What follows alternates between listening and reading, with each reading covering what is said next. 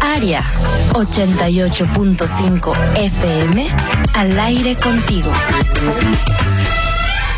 Muy buenos días, ya 25 de junio, ¿qué creen? Ya es viernes, por fin es viernes, ¡listo! La verdad es que sí da mucha alegría, sí te da mucha alegría porque después de toda una semana complicadita, una semana que seguramente ustedes pues han tenido mucho trabajo, hemos tenido mucho trabajo, muchas cosas que hacer. Ay, dices, ya, viernes, y el cuerpo lo sabe. Qué rico, qué rico. Hay que disfrutar junto con toda su familia. Fíjense que el día de ayer me empecé como a reflexionar en algo y dije, este viernes les voy a dar mi reflexión. Este viernes les voy a dar mi reflexión. Es una frase muy chiquita. Dice, hace falta más gente buena, con gustos simples, con ganas de abrazar fuerte, de decir la verdad, de amar sin miedo y de ser felices sin tener que fregar al prójimo.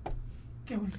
Qué bonito, ¿no? Creo que si todos practicáramos esta cosa tan sencilla, cuando llegue el viernes diríamos, ah, qué lindo, ¿no? O sea, tuve una semana súper productiva, súper feliz. Recuerden, como siempre se los digo, vamos a abrazar la idea de que todo lo que nos pasa el día de hoy es por algo. Y si es por algo, tomémoslo con positivismo, con mente muy abierta. Les recuerdo, estamos en vivo a través de nuestro live de Facebook. Muy buenos días a toda la comunidad facebookera que nos está sintonizando en este momento. Si tú todavía no nos sintonizas a través de Facebook, te lo recuerdo, es Facebook e Instagram, Aria 88.5 FM, y nuestro Twitter, @Aria88_5FM, y nuestros teléfonos en cabina 9991-347829. Y también te recuerdo mis redes sociales en Instagram, estoy como @MariaJoséRosado_, y también en Twitter, @MaJoséRosado, así de sencillo, para que podamos también platicar, entablar una charla, abrir el hilo a través de Twitter. En nuestro Twitter va a estar apareciendo todos los highlights que vamos a platicar el día de hoy, lo más importante, lo más relevante. Si tienen alguna pregunta, alguna duda, nos pueden mandar un mensaje a cabina 9991-347829. Y yo estoy feliz de poder platicar con nuestro invitado del día de hoy y que ustedes me puedan escuchar y que nos puedan escuchar, sintonizar a través de Aria 88.5 FM. Así que vamos a arrancar el programa porque siento que nos va a faltar tiempo. Nos va a faltar tiempo y solamente tenemos una hora. Hoy en Onda platicamos sobre las enfermedades de transmisión sexual. ¿Cuáles son estas? ¿Cómo se pueden prevenir? Todos los tabús y los mitos que giran alrededor de las enfermedades de transmisión sexual y todo lo que gira alrededor de eso, porque además quisimos hablar de esto ciertamente porque este mes que estamos celebrando el mes del orgullo gay, que es súper importante hablar de estos temas porque ya es una realidad, es algo que tenemos que ser súper inclusivos en todo momento y aceptar, respetar y agradecer también la diversidad. Así que bueno, pues vamos a empezar. ¿Qué onda con las enfermedades de transmisión sexual? ¿Qué onda con nuestra familia? ¿Qué onda con nuestros hijos? ¿Qué onda con nuestros amigos? ¿Qué onda con nuestra chamba? ¿Qué onda con lo que queremos nosotros mismos? ¿Qué onda con nuestro éxito? Descúbrelo aquí, en ¿Qué onda con? Para empezar, ya saben que a mí me encanta arrancar siempre los temas con datos duros, estadísticos, importantes para entrar en contexto y para entender el panorama real y la realidad que vivimos alrededor de estos temas. Fíjense, cada día más de 1 millón de personas contraen una infección de transmisión sexual. Se estima que más o menos aproximadamente anualmente unos 376 millones de personas contraen alguna de las 4 enfermedades de transmisión sexual más importantes, que son la clamidiosis, la gonorrea, sífilis y VIH. ¿ok? Se estima que más de 500 millones de personas son portadores del virus que provoca la infección genital por el virus de herpes. Más de 290 millones de mujeres están infectadas por el virus del papiloma humano. Y estos son datos que son muy fuertes y muy duros, porque vamos por la vida no sabiendo esto y pensando que no es tan importante cuando le tenemos que dar la importancia y la relevancia a este tema para cortarlo de tajo. Pero ¿cómo hacerlo si ya las estadísticas son gigantes? El día de hoy nos acompaña Gerardo Cabrera. Él es parte de UNACE. ¿Qué es UNACE? UNACE es la unidad de acción de atención psicológica, sexológica, educativa para el crecimiento personal. Ellos brindan asesoría psicológica, asesoría legal y además son un centro comunitario para la detección del VIH, sífilis y hepatitis C. Muy buenos días, Gerardo, ¿cómo estás? Muy bien, muy buenos días y bueno, gracias por la invitación. Creo que siempre es importante abrir estos espacios donde creo que lo hemos empezado a dejar como segundo o tercer término y sigue siendo un tema muy importante y muy relevante. Y nada más reforzarlo en tus cifras, de acuerdo a la Organización Mundial de la Salud, dicen que aproximadamente cada 5 minutos hay un joven entre 18 y 25 años de edad que está adquiriendo una infección de transmisión sexual. Esto es brutal. Y alarmante además, ¿no? Muy alarmante, muy alarmante. Y quisimos justamente tocar este tema porque me pareció súper relevante el hecho de que ahora que estamos celebrando bueno, es el mes de junio, el mes del orgullo, este tema ha sido como muy punta de lanza para catapultar, o sea, para recriminar a estas personas que pertenecen a esta comunidad. Yo lo que diría es más bien, creo que de manera histórica se ha estado estigmatizando a las poblaciones LGBTIQ, es decir, considerando que son como las fuentes de infección, ¿no? Pero creo que también tiene que ver con una cuestión histórica para empezar, ¿dónde surge el tema? Porque además hay un repunte a partir de la infección del VIH, en donde se empieza a criminalizar o a culpar, más bien a estigmatizar a las personas. Si consideramos históricamente, el VIH cuando surge era conocido como la enfermedad rosa o la enfermedad de las 3 H's. Y ese estigma que se le marcó, pues fue marcando también a otras infecciones de transmisión sexual cuando empezamos a hablar de grupos de riesgo. Y se catalogó como grupos de riesgo justamente hombres gays, a personas transgénero, trabajadoras y trabajadores sexuales y usuarios de drogas inyectables. Pero se nos ha olvidado una cosa: las infecciones de transmisión sexual están presentes desde antes del VIH, ¿no? Es verdad. Y las infecciones de transmisión sexual atacan indiscriminadamente hombre, mujer, niño, niña, es decir, a cualquier persona, y solo por el hecho de ser persona. Si tienes una vida sexual activa, entonces estás en riesgo de adquirir alguna infección de transmisión sexual. Hay algunas que digamos que de manera, por decirlo ya como natural, ya están en nuestros cuerpos y tendríamos que hablar de ellos. A ver, entonces, ¿qué te parece, Gerardo, si comenzamos por el principio? Para llegar a esto que es súper importante, ¿no? Vamos a entender este término. ¿Qué es una enfermedad de transmisión sexual? Bien, y me gusta mucho que empieces. Yo justamente iba a hacer esa aclaración. Yo creo que tenemos que hacer una diferencia entre enfermedad e infección.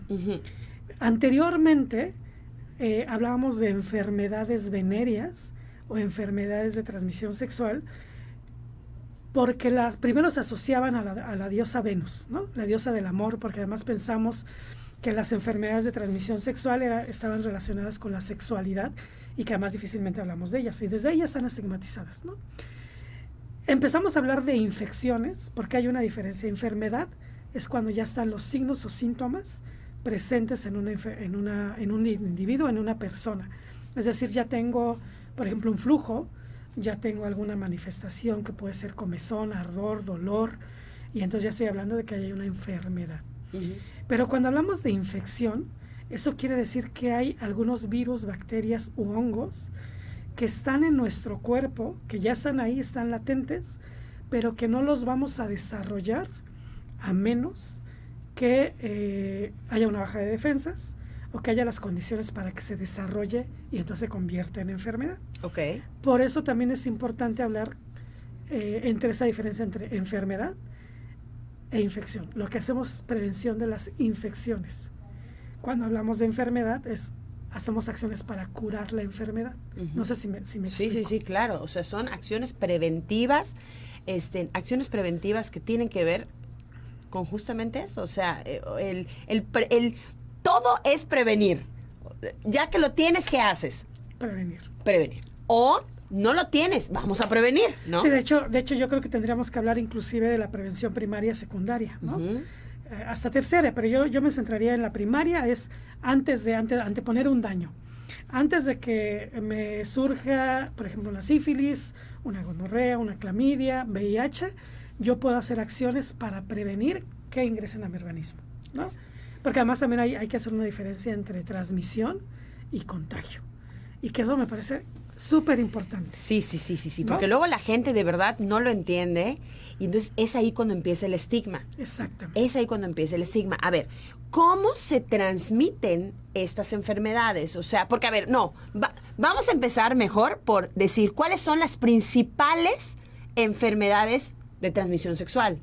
Bien, yo diría, bueno, las principales infecciones de transmisión sexual también tienen que ver con los continentes, los estados. Pero así, las principales son clamidia, virus de papiloma humano, sífilis, virus de la hepatitis B y C, por supuesto VIH, ¿no? Son como las principales con las que tendríamos que estar trabajando. Sin embargo, hay otras que son importantes también de alguna manera mencionarlas, que algunas las hemos normalizado. Una es las ladillas, que sigue siendo una infección de transmisión sexual. El herpes genital, porque además también tendríamos que diferenciar entre herpes simple, herpes genital y herpes zóster, que son 3 tipos o variedades del herpes. Tendríamos que hablar también del molusco contagioso, ¿no? Y básicamente creo que yo diría que son como las más importantes, las más ¿no? importantes, porque hay otras que también se tienen que mencionar. Ok. ¿Cómo se transmiten?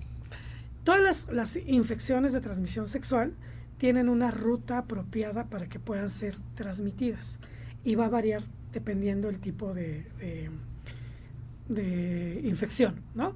Específicamente, por ejemplo, si yo hablo solamente de infecciones de transmisión sexual como clamidia, herpes zóster, virus de papiloma humano, prácticamente es con el contacto con algunos fluidos.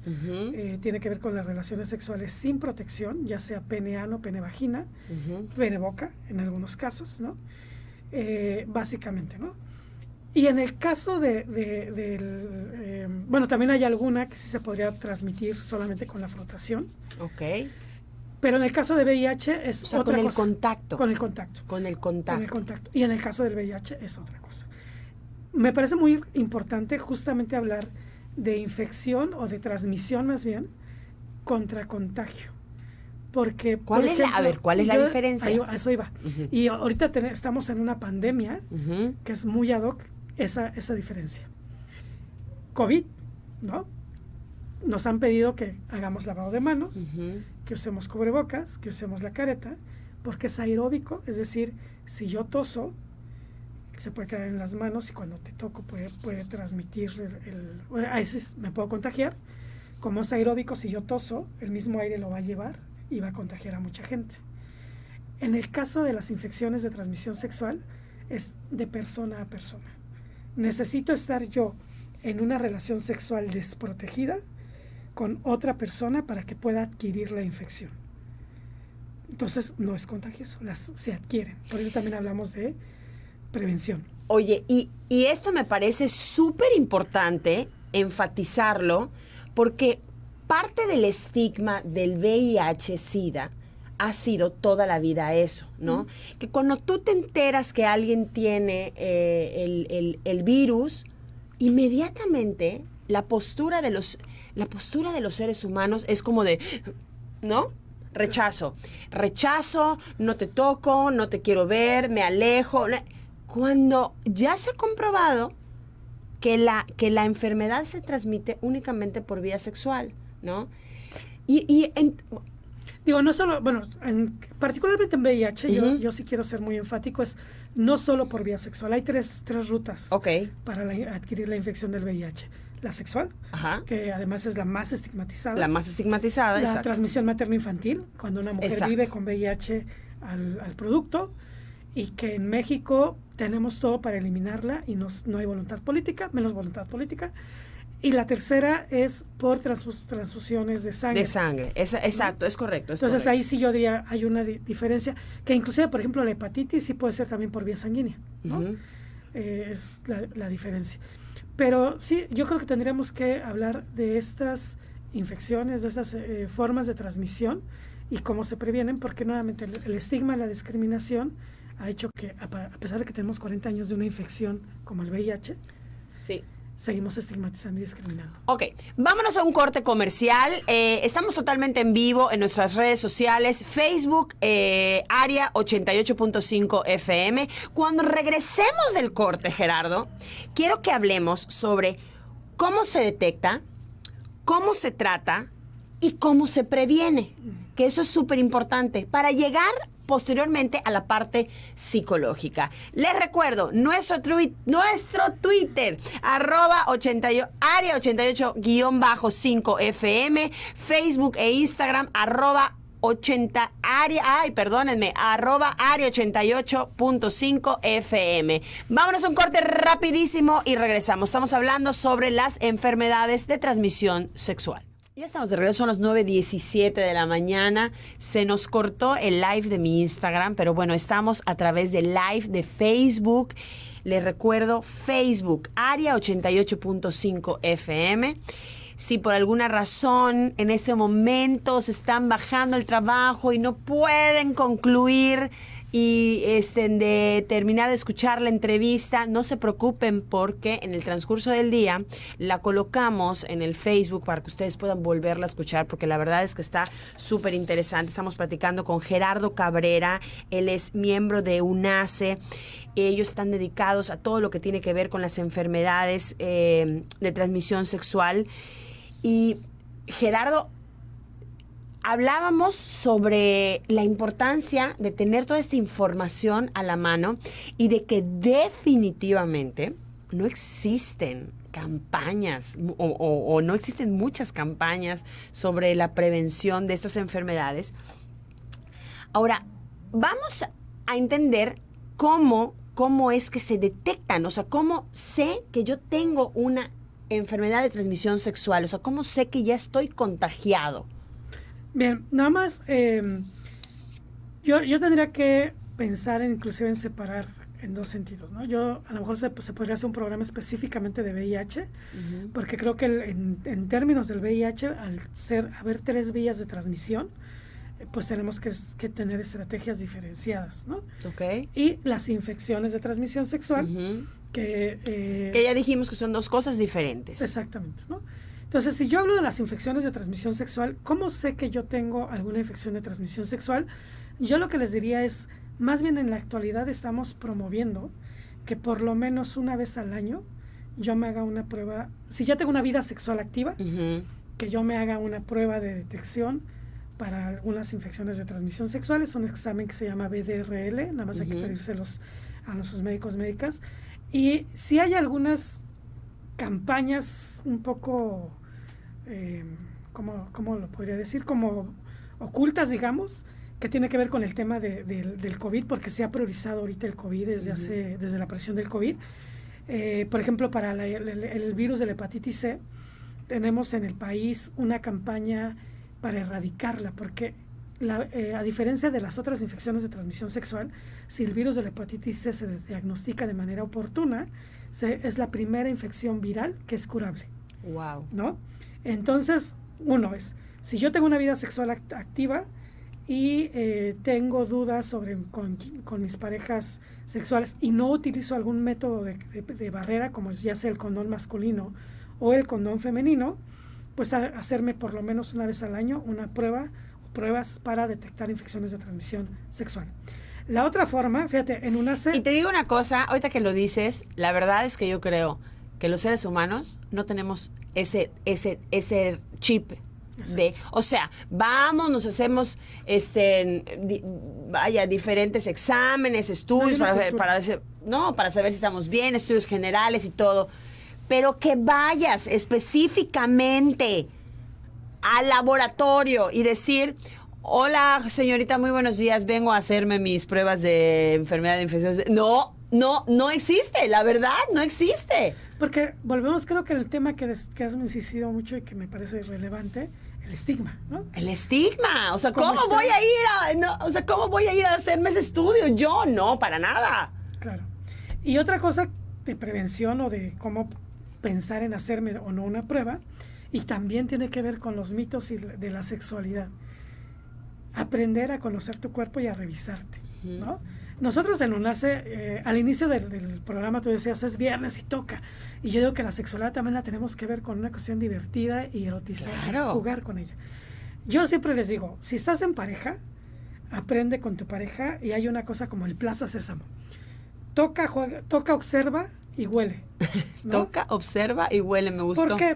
Porque lo que tengo que hacer es, si estoy en pareja, voy a tocar a mi pareja con la luz encendida, lo voy a tocar, voy a ver cómo es su cuerpo, qué cosas extrañas, ¿no? Para ver si apareció a lo mejor en el pene, en el ano, quizás a lo mejor en la misma boca o en el cuerpo, alguna manchita, alguna cosa extraña, ¿no? Aprender a tocar el pene adecuadamente, o la vulva, y si hay algo diferente, entonces digo, hay una probabilidad. No quiere decir que ocurra, pero puede ser una probabilidad. Olerlo, porque yo tengo que aprender a oler mis propios, en este caso a lo mejor mi pene, mi vulva, a qué huele, ¿no? También el de mi pareja, si estoy en pareja. Claro. Y entonces si siento un olor extraño, si siento que de repente es medio fétido, medio apesta un poquito, existe esa posibilidad de una posible infección de transmisión sexual. Y la otra, observar. Si aprendo a tocar, observar a mi pareja, voy a ver si apareció algo que no tenía ayer o que no tenía la semana pasada y ahorita sí la tiene. Y entonces hay una probabilidad. Siempre la palabra clave para mí es probabilidad, ¿no? No quiere decir que va a ocurrir. Y entonces, si noto algo extraño, pues acudo al médico, ¿no? Sí, totalmente. Y consulto y veo. Y la otra, pues es el uso del condón. El uso del condón. Bueno, para prevenir, condón masculino y femenino. Oye, Gerardo, en esta pandemia, ¿tú crees que las enfermedades de transmisión sexual se fueron para arriba o se mantuvo el índice? Mira, yo creo, y no creo, las mismas autoridades han reconocido que hubo un incremento en infecciones de transmisión sexual, inclusive en infecciones de VIH. Y tiene que ver por varias cosas. Una, la falta de las campañas. O sea, anteriormente las organizaciones de la sociedad civil llegábamos a distribuir condones, lubricantes en lugares de reunión de los jóvenes, de poblaciones también vulnerables a la infección del VIH. En los mismas Secretaría de Salud te proporcionaba condones, ¿no? A lo mejor en mayor o menor cantidad, pero te daban condones, lubricantes quizás no. Y con la pandemia nos obligaron a estar encerrados. La gente también empezó a tener miedo al contagio del COVID, dejó de salir y entonces dejó de tener acceso a condones, o se redujo el acceso a los condones. Y otro tema que me parece que tendríamos que hablar también, se incrementó la violencia en el caso hacia las mujeres. Totalmente, ¿no? totalmente, ha sido brutal. Entonces, eso ocasionó que se incrementaran los casos de infecciones de transmisión sexual. Justamente el día de ayer, en una reunión del Consejo Estatal de VIH, ahí decían, sí, hay un incremento de algunos casos de principalmente sífilis, gonorrea, algunos casos de VIH, y tiene que ver con el encierro, tiene que ver con los servicios de salud. Si tú vas, por ejemplo, a tu clínica familiar, la mayoría de las clínicas familiares del IMSS no te están dando la atención como anteriormente se estaba dando. Entonces, sí, claro que hubo un incremento, pero debido a la pandemia. Ha habido un incremento debido a la pandemia. Oye, y nosotros acá que tenemos en Yucatán 106 municipios, ¿no? Que probablemente mucha información no llega, no llega. Y ahora que dices, que mencionas que estas campañas de prevención en donde pues se otorgaban condones, se daban pláticas, talleres, Pues todo eso no llegó. No llegó. Y entonces súmale que también se incrementa mucho más, considero yo, por de repente pues la falta de educación, ¿no? De la falta de escolaridad, porque también estos temas te los enseñan en la escuela muy con pinzas. Muy con pinzas. O sea, esto que considero, Gerardo, que debería ser como parte del sistema educativo, enseñarle desde muy temprana edad a los niños en temas de educación sexual. Estos temas deberían estar. Fíjate, en el 2008, que no tiene tanto, digamos, se hizo la Conferencia Mundial de SIDA en México. Uh-huh. Y uno de los grandes compromisos que México hizo fue firmar la declaración ministerial, que era prevenir con educación, ¿no? Y era llegar a las escuelas desde nivel primaria, secundaria, bueno, en todos los niveles, proveyendo información sobre salud sexual, salud reproductiva, basada en evidencia científica y no en mitos. Y en teoría México era el que llevaba la batuta, y desafortunadamente por la cuestión, yo digo que de repente es voluntad política, por una sociedad donde tenemos una doble moral también, México fue el único país donde no logramos avanzar porque no se nos permitió dar la información en las escuelas, como tú bien lo mencionas. Cuando además hay evidencias de que si los niños y las niñas reciben educación sexual... Oye, además, espérame, vamos a hacer un paréntesis. Los niños en México, o por lo menos en México, está comprobado estadísticamente que empiezan su vida sexual, muchos de ellos, a partir de los 12 años. Sí. De los 12 años, cuando uno piensa que a los 12 años, no, claro, es un niño, es una niña, por favor. Desde los 12 años. Y eso está en estadísticas, o sea, no me lo estoy inventando, y incluso hasta un poquito menos. Entonces, no tendría por qué no estar en la cartera de lo importante para presentar. Y en esos paréntesis que dices, ¿no? En este inicio de la vida sexual temprana de las niñas y niños, inclusive, por ejemplo, en UNACE nosotros tenemos una campaña, que la pueden ver en nuestras redes, que se llama Niñas No Madres, porque también está el embarazo temprano. Claro. ¿No? Que es causa de una falta de información sobre educación sexual y educación reproductiva, ¿no? Siempre con evidencia científica, donde se les dé la oportunidad de tener información, y hay estadísticas que dicen que cuando un niño o una niña recibe información basada en evidencia sobre salud sexual y reproductiva, retrasan el inicio de la vida sexual. Y eso tendría que ser importante, ¿no? Por supuesto. Es que, por favor, cuando uno tiene la información, tiene la capacidad y el poder de decisión. Cuando uno no está informado, pues ahora sí que lo hace como muy al ahí se va, ¿no? A ver, Gerardo, retomando, bajándonos un poquito porque ya nos fuimos por otros lados, que está súper interesante. ¿Cómo se tratan estas importantes, bueno, ya vimos, ¿no? Las más importantes, VIH, sífilis. ¿Cómo se tratan? Bien, todas las infecciones de transmisión sexual tienen tratamiento, ¿no? Es importante. Todas. Es importante. No todas son curables. Eso iba. Okay. Es importante que sean atendidas por las y los médicos, es decir, que acudan con un médico, el médico les dé el seguimiento.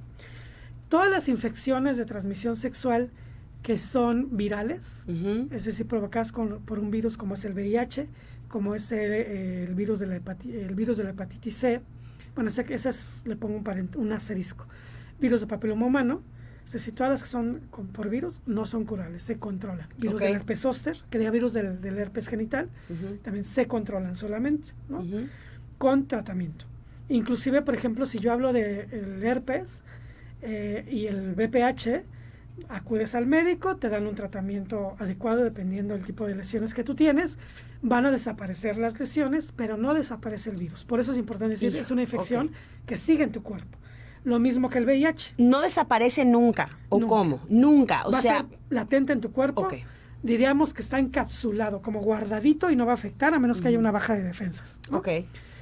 Las infecciones provocadas por... Que lo mismo pasa con el VIH. Que lo mismo pasa con el VIH. Inclusive actualmente, por ejemplo, tenemos 40 años de la infección del VIH y decimos que el VIH actualmente es una enfermedad crónico-degenerativa porque es controlable si estás bajo tratamiento médico.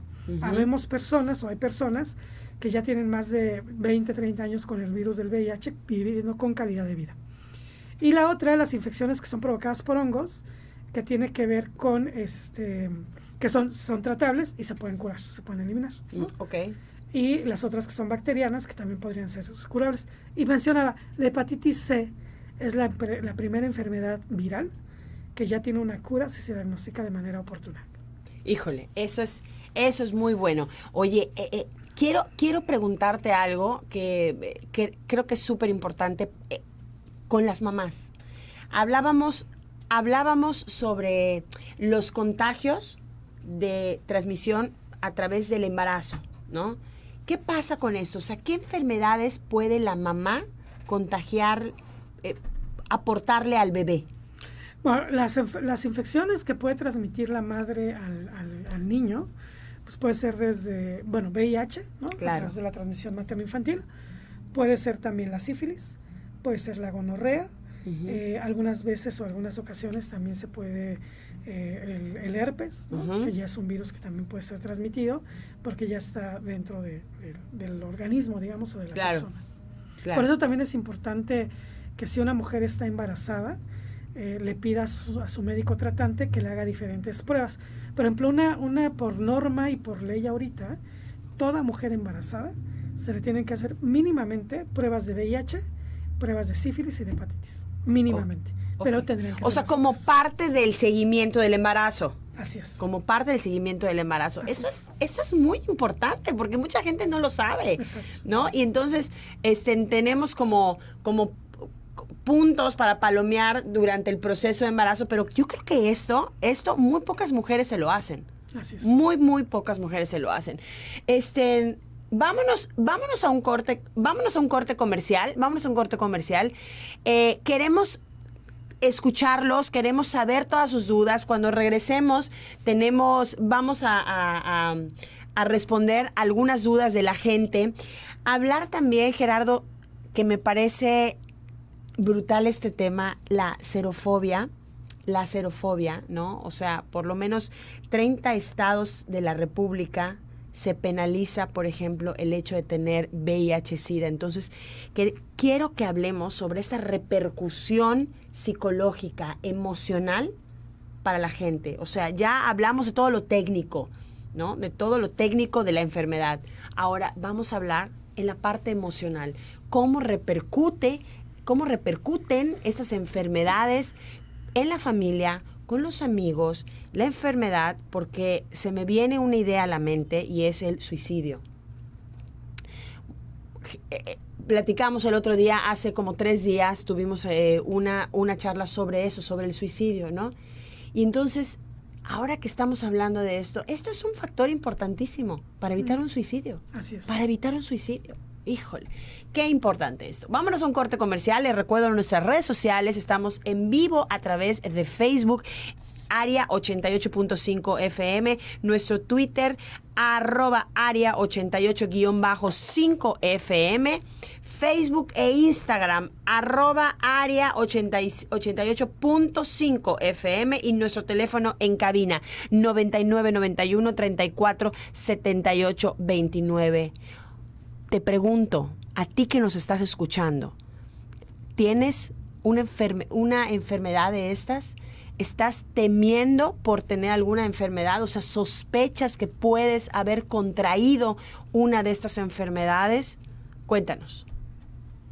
Estás sintonizando Aria 88.5 FM, nuestro Facebook, nuestro Instagram, Aria 88.5, Twitter, @Aria 88-5 FM.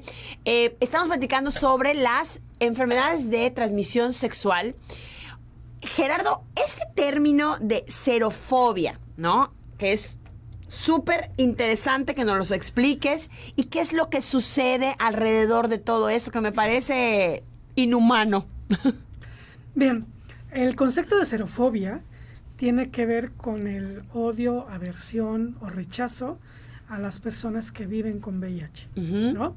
Y que eso tiene un impacto actualmente muy fuerte porque está generando, tú antes hablabas ya inclusive del tema del suicidio, ¿no? Está orillando a las personas, yo diría más que bueno, sí, por supuesto el suicidio, que es lo más grave, pero también hay otros conceptos. Se vuelve un obstáculo para la prevención, porque las personas que se sospechan o que creen que viven con VIH, al existir la serofobia, prefieren no decirlo, prefieren no hacerse una prueba de detección de VIH, ¿no? Entonces obstaculiza la prevención.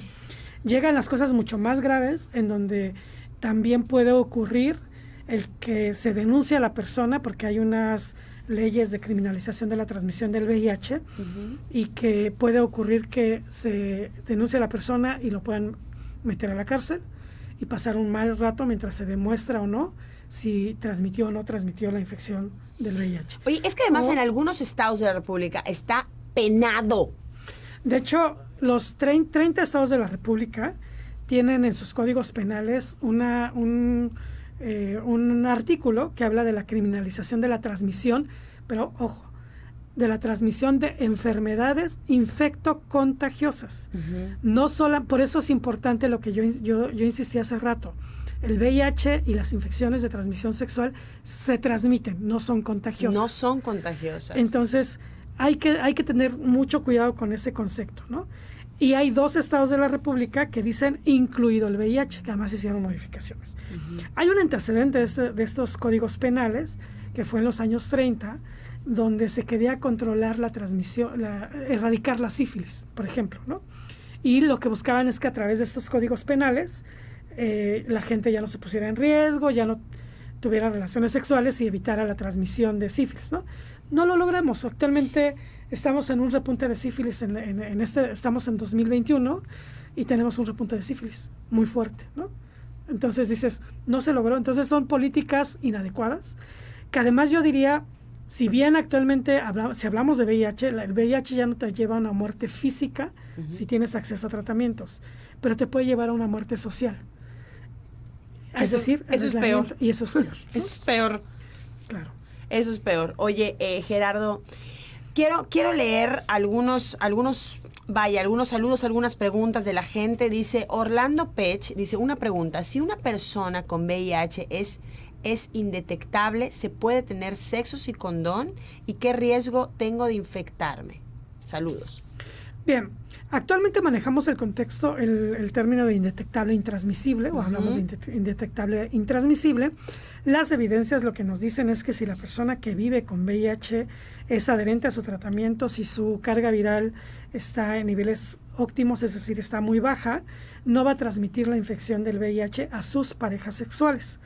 Y por eso actualmente se está insistiendo mucho en un diagnóstico oportuno, en la adherencia al tratamiento antirretroviral, para que puedas, si tú decides tener relaciones sexuales sin condón, la probabilidad de transmitir el VIH a tu pareja sexual prácticamente es nula, ¿no?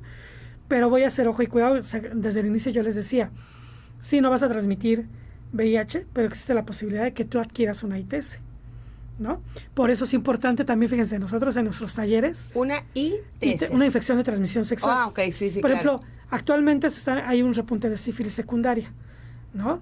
Entonces, yo por eso les digo en mis talleres, cuando nosotros damos pláticas, les decimos que yo decía, ¿no? Les enseñamos a tocar, a oler y a ver a tu pareja sexual o la comunicación. Que los dos hayan hecho ya alguna prueba, saber que estamos bien los dos, el que vive con VIH que está indetectable, y poder tener la práctica sexual sin el condón, ¿no? ¿Es posible? Sí, es posible. Es posible. Así es. Ok. Gerardo, hablemos entonces de esta parte emocional. ¿Cómo repercute en la vida de un ser humano? Ahora tú decías algo que me parece aterrador. Esta muerte social. O sea, si bien, bendito Dios, ya está bastante controlada esta enfermedad, el VIH, que es la que más nos causa como temor, horror, ¿no? Esa muerte social, y no solo hablemos de lo que gira en torno a nosotros, a las personas, amigos, hablemos de nuestro núcleo familiar, hablemos de nosotros como individuos, o sea, cómo vive emocionalmente, cómo repercute en la parte psicológica, que eso me parece increíble que ustedes tengan también esa especialidad de dar asesoría psicológica, tratamiento psicológico, porque si bien la parte médica está resuelta ahí, la parte emocional es muy difícil, es muy complicada. Bien, mira, yo lo creo, y voy a hablar inclusive mucho desde la experiencia personal, pero también desde lo que hemos visto. Uh-huh. Lo primero es en el individuo, en la persona. Lo que llega a ocurrir es la culpa, el miedo, la vergüenza y el sentir que ya no merezco estar en una sociedad o en algo porque adquirí algo que además está estigmatizado y me han dicho eres malo, eso es negativo, ¿no? Por supuesto te lleva a una depresión, te lleva al aislamiento de ya no querer relacionarse con otros o otras. Y en la parte de la familia, pues también se vincula con el tema del miedo, la angustia, de que la familia no sabe cómo te va a tratar, ¿no? Tenemos 40 años, acabamos de cumplir 40 años uh-huh. con la infección del VIH, ¿no? De hecho, en este mes de junio, junto con el mes del orgullo, estamos celebrando a los sobrevivientes del VIH, que es 40 años con una epidemia donde vemos personas que vivimos con VIH, que somos sobrevivientes, ¿no? Uh-huh. Yo tengo 29 años, justamente el día de ayer cumplí 29 años de manera oficial, digamos, que me entregaron un resultado y me dijeron, usted vive con VIH, ¿no? Okay. Y decimos, claro, el impacto cuando recibes el diagnóstico, es como un balde de agua fría, porque además no sabes a quién se lo vas a decir, si te van a aceptar o no, si vas a ser rechazado en la casa o en la familia. Por ejemplo, en mi familia al inicio, pues primero yo no se los quería decir. El día que decidí de compartirlo con mi familia, fue así de, tengo VIH y entonces me tengo que ir de la casa, ¿no? Porque ya no puedes estar aquí porque vas a contagiar en ese tiempo, ¿no? Entonces, primeramente, el rechazo de tu familia. Claro, ¿no? Y entonces lo que se ha buscado, bueno, y la familia también, la falta de información, ¿no? Es decir, este temor de lo que nos han dicho los medios y a que los demás piensen o digan que en mi casa hay alguien así, ¿no? El que no quieran que te acerques a los niños, a las niñas, porque la ignorancia nos dice, va a contagiar. Cuando decimos, no, es transmitirlo, tendría que haber rutas adecuadas para hacerlo. Y el otro es el tema social también, que está vinculado con la xerofobia. Si, por ejemplo, yo soy una persona pública, ¿no? Yo no tengo problemas en decir que yo vivo con VIH, pero es diferente hacerlo en Ciudad de México, donde en Ciudad de México te cambias de colonia y pues ya te perdiste, ¿no? Aquí es como diríamos, pueblo chico, infierno grande. Exactamente. Aquí, por ejemplo, en provincia. De repente tú dices, vivo con VIH, y si quieres establecer una relación de pareja, y te metes así, sencilla, una página de ligue, y me dices, pero tú tienes VIH, ¿no? Uh-huh. Y dices, pues sí, no pasa nada. No, empiezas a tener relación, a perder como la posibilidad de tener una pareja. No digo que no consigues, porque también se ha avanzado un poco lo que en el comentario anterior de indetectable, intransmisible, uh-huh. pero seguimos teniendo desinformación. Entonces nos sigue llevando a la muerte social, ¿no? Ya no física, pero sí social. Y si le sumas que en VIH hay algunos temas como efectos secundarios que pueden afectar también la parte física, pues todavía es mucho más delicado. Es que esto que acabas de decir, la ignorancia es lo que puede llevar a las sociedades, a las comunidades, a un letargo total. Y mira, y yo diría inclusive, por ejemplo, nosotros trabajamos mucho en el tema del empoderamiento uh-huh. en las personas que vivimos con VIH, porque también tiene que ver como yo como persona que vivo con VIH, cómo me presento ante el otro o la otra. Si yo llego con un discurso de, ay, es que pobrecito de mí porque yo tengo esto, pues por supuesto que me van a ver con conmiseración. Claro. Si yo me paro en ese sentido de, sí, soy una persona que vive con VIH, pero soy productivo, estoy haciendo esto, lo otro, la diferencia entre tú y yo es que yo me tomo mi tratamiento, pongo autocuidado de mi salud sexual, de mi salud reproductiva, va a cambiar la relación en cómo me vinculo con el otro y la otra, ¿no? Total, híjole, es que estoy de verdad impresionada con esta información, porque es así como lo deberíamos de platicar todos los días, claro. Así, de una manera tan normal, porque estos temas, si bien no son normales, ¿no? pero deberíamos de generar mucho más empatía con estos temas. Claudia del Río nos pregunta, Gerardo, ¿qué pasa con la falta de medicamentos para la gente con VIH? Wow, tocó un tema delicado. Bueno, a nivel nacional, se cambió desde hace 3 años, 2 años y medio, 3 años, se hizo una modificación en cómo se venían haciendo las compras de tratamientos antirretrovirales en México. Anteriormente los hacía el Programa Nacional de SIDA, el CENSIDA, y ya tenía un mecanismo de compra de tratamientos antirretrovirales. Hace 3 años decidieron hacer una modificación y actualmente lo hace el INSABI junto con el UNOPS, que es un programa de Naciones Unidas que está apoyando en la compra de tratamientos. No se ha logrado hacer una compra consolidada de tratamientos antirretrovirales. Hay una alerta a nivel nacional, donde tenemos medicamentos hasta el 30 de junio. Si del 30 de junio en adelante no se logra las compras, va a empezar a haber un problema de desabasto de medicamentos. Ya hay algunas instituciones, por ejemplo en el IMSS, ya tuvimos desabasto la semana pasada de un medicamento. Ayer un compañero me volvió a decir que también hubo desabasto del mismo esquema. Y justamente el día de ayer con el programa de VIH, platicando, bueno, yo cuestioné a la jefa del programa de VIH, la doctora Dulce Cruz Lavadores, sobre cómo estamos en Yucatán, y ella la respuesta que nos dio, y nos va a compartir la evidencia, es que en Yucatán han tenido la precaución de que esto no ocurra, ¿no? De que sí tenemos medicamentos al menos 2 meses más. El Centro Nacional para la Prevención y Control del VIH-Sida, a través de la doctora Letze de la Torre, nos ha informado que nos están haciendo compras emergentes para poder subsanar, ¿no? Pero van a solucionar de aquí a unos meses. Lo que a nosotros nos interesa es que tienen que solucionarlo forever. Es decir, o sea, en realidad no hay un plan. No hay un plan. En realidad no hay un plan de acción específico para poder tener el colchón suficiente, para poder priorizar esta condición, o sea, estas enfermedades. Porque además, ¿cuánta gente, a ver, Gerardo, cuánta gente estadísticamente aquí en Yucatán tiene, o sea, porque estas cifras que dimos al principio son casi a nivel global, ¿no? Pero aquí en Yucatán, ¿cómo está la situación? Mira, se habla más o menos de que hay 5,000 y fracción de personas que vivimos con VIH. Uh-huh. Sin embargo, también ayer justamente yo decía, menciono ayer porque fue muy reciente la información que nos decía ayer la doctora, era que teníamos personas viviendo con VIH, estábamos hablando de 3,575 personas más o menos, ¿no? Sin embargo, siempre hay un subregistro. Uh-huh. Y además esos datos son del año pasado. Tendríamos que ver qué está pasando ahorita con la pandemia, si hubo incremento o no hubo incremento. El programa reconoce que hubo incremento, no sabemos cuántos. No son más allá, pero hay incremento, ¿no? Uh-huh. Pero más allá de eso, lo que nosotros hemos dicho es el acceso al medicamento es un derecho. Tiene que ver con el derecho a la salud, ¿no? Totalmente.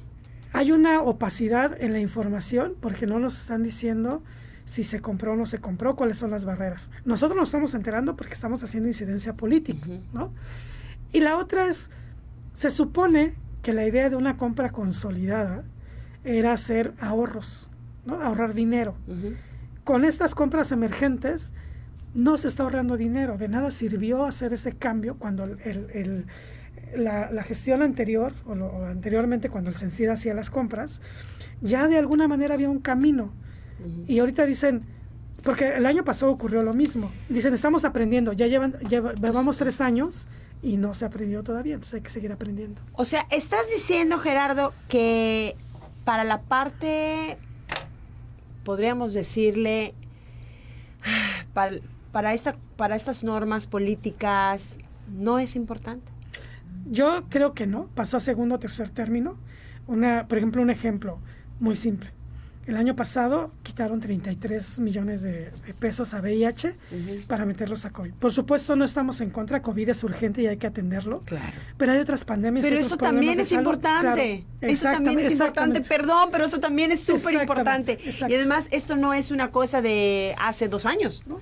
Es una situación como hemos vivido toda la vida. Vamos a resumir, Gerardo, tus notas finales sobre este tema que si bien el sentir de la gente es, de lo que nos ha estado llegando, es gracias por tocar este tema. Tengo hijos adolescentes, no sé cómo abordar estos temas con mis hijos, ¿no? Que esto es como lo más común, de repente lo que vemos y lo que escuchamos alrededor de este tema es, tengo miedo, no sé cómo abordarlo, no tengo la información y ya lo tengo, ¿y qué hago, no? Y como en la parte social, lo que nos corresponde hacer como sociedad para poner esto en lo prioritario. Si bien, como tú dices, sabemos que hay una pandemia, que el COVID nos agarró a todos desprevenidos, y si bien eso es algo que socialmente y políticamente se está tratando, hay otras cosas, como tú dices, hay otras pandemias que venimos arrastrando desde hace muchos años, ancestralmente, ¿no? Históricamente. Que están en el mundo. Que viven en el mundo completo, ¿no? Entonces, Gerardo. Mira, yo lo que invitaría a quienes nos están escuchando, nos están viendo a través del Facebook, lo primero es informarnos, ¿no? Buscamos información basada en evidencia científica y hay lugares donde uno puede acudir a realizarse, a adquirir información, ¿no? Como desde los comerciales yo les diría, acérquense a UNACE. Nosotros nos pueden seguir en nuestras redes sociales, que es UNACE-AC, busquen así en Facebook, UNACE-AC, y ahí nos pueden localizar. Nosotros estamos haciendo transmisiones por live, aprovechando, viendo lo de la pandemia, claro, en donde damos información basada en evidencia con la psicóloga, los psicólogos, las personas que estamos en el centro comunitario, estamos dando información. Pueden acercarse. En la página hay constantemente información, nos pueden buscar, solicitar información y les vamos a brindar información. No somos las únicas, los únicos, hay otras organizaciones, también está la Organización Mundial de la Salud, donde pueden obtener información. Entonces yo creo que el primer paso es empezarme a informar, ¿no? El segundo paso me parece que es empezar a conocer mi cuerpo. Yo te invito a todas, a todos, que aprendamos a conocer nuestro cuerpo, cómo es mi cuerpo, y si noto algo extraño, acudir al médico. Cambiar esta cultura de no me atiendo hasta que ya tengo el problema encima. Más bien cambiar cultura de la prevención ante exactamente, todo, ¿no? Y entonces, si ya tengo una vida sexual activa, independientemente si tengo pareja o no, fija, estable, acudir a hacerme una prueba de detección de infecciones de transmisión sexual, incluida la del VIH, como ya algo rutinario, ¿no? Porque si diagnosticamos de manera oportuna, pues también vamos a atender de manera oportuna, ¿no? Totalmente. Y la otra, comparte información con tus seres acercados. Si no sabes cómo hacerlo, entonces diles, oye, ¿qué crees que escuché un tema? ¿Por qué no te acercas y buscas información acá? Buscas información allá. Y alguna vez yo le decía a compañeras, compañeros que viven con VIH, por ejemplo, yo la primera vez que decidí hablar con mi madre y mi familia, que yo vivía con VIH, les puse una película. Les puse la de Filadelfia en esos años, ¿no? Y yo les decía, ¿y qué piensan de las personas con VIH? Y entonces pude obtener la información de lo que ellas pensaban, ayudar en ese momento a corregir los errores, digamos, y a decirles, no, las personas somos normales, hacemos eso, hacemos lo otro. Y me abrió la puerta para decir, yo vivo con VIH. Tú decías hace rato, son temas que no son normales. Yo creo que más bien hay que empezarlos a normalizar y a perder el miedo, porque en la medida que nosotras y nosotros hablemos de los temas con nuestros hijos e hijas, con nuestros amigos, vecinos, novios, amantes, parejas, etcétera, vamos a empezar a reducir los estigmas y la discriminación, pero siempre con información basada en evidencia científica. Claro. Y es válido decir, ¿qué crees? No sé esta información, pero ¿qué crees? La averiguamos. Y busquemos las fuentes oficiales, porque a veces es fácil meternos en Google y buscar, pero San Google no siempre nos dice todo, ¿no? Entonces, busquemos páginas oficiales. Yo les invitaría a que se acerquen a UNACE. En UNACE les podemos brindar información basada en evidencia científica. Tenemos varias campañas como esta de Niñas No Madres, campañas de prevención. Oye, además ustedes otorgan pruebas gratuitas, que eso es súper importante. Sí. Nosotros estamos en una campaña constante sobre diagnóstico oportuno de VIH, sífilis y hepatitis C, que son las 3 infecciones de transmisión sexual que son más urgentes de atender, digamos. Y nosotros hacemos pruebas de tercera generación en VIH, de tercera generación y de cuarta generación. Somos la única organización que hace pruebas de cuarta generación. y que justamente la diferencia entre tercera y cuarta es el periodo de ventana. En una prueba de tercera generación te tienes que esperar 3 meses para hacerte la prueba después de tu práctica de riesgo. Exacto. Y en la de cuarta solamente 15 días. Y la diferencia entre también tercera y cuarta, la de cuarta detecta una partícula específicamente del virus.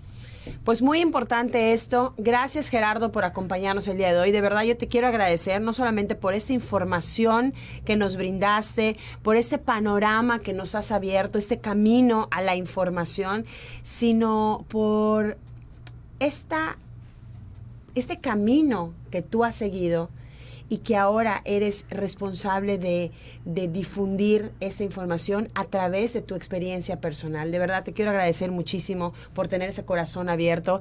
Y a todos ustedes les agradecemos muchísimo que nos hayan acompañado el día de hoy. Ya es viernes, disfruten a su familia. Si ustedes están pasando por un proceso similar, lo importante y lo más sabio es acercarse a los nuestros, acercarse a la familia. No están solos, hay información, busquen ayuda, busquen atención. Hay muchísimos caminos que se pueden tomar siempre y cuando se agarren de lo más amoroso que tengan ustedes. Créanme, todo en esta vida tiene solución, menos la muerte. Les agradezco muchísimo, ya es viernes, vamos a gozar, vamos a disfrutar el fin de semana, relájense, coman rico, disfruten a su familia, disfruten a los suyos.